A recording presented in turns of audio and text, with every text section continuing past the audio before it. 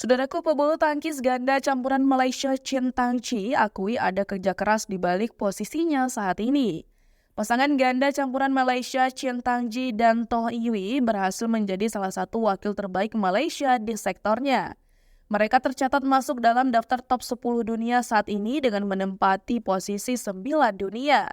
Pebulu tangkis Malaysia itu juga menjadi salah satu perwakilan negaranya untuk berkompetisi di Olimpiade Paris 2024. Hal itu tentu menjadi sebuah kebanggaan tersendiri bagi mereka, mengingat tak sembarang orang bisa lolos kualifikasi Olimpiade. Menjelang kompetisi akbar tersebut, ganda campuran nomor 9 dunia itu mengakui bahwa posisinya saat ini diperolehnya atas kerja keras.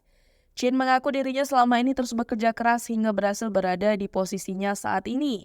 Soal berkompetisi di Olimpiade Paris mendatang, Chin mengaku termotivasi dan mendapatkan nasihat dari senior dan pelatih.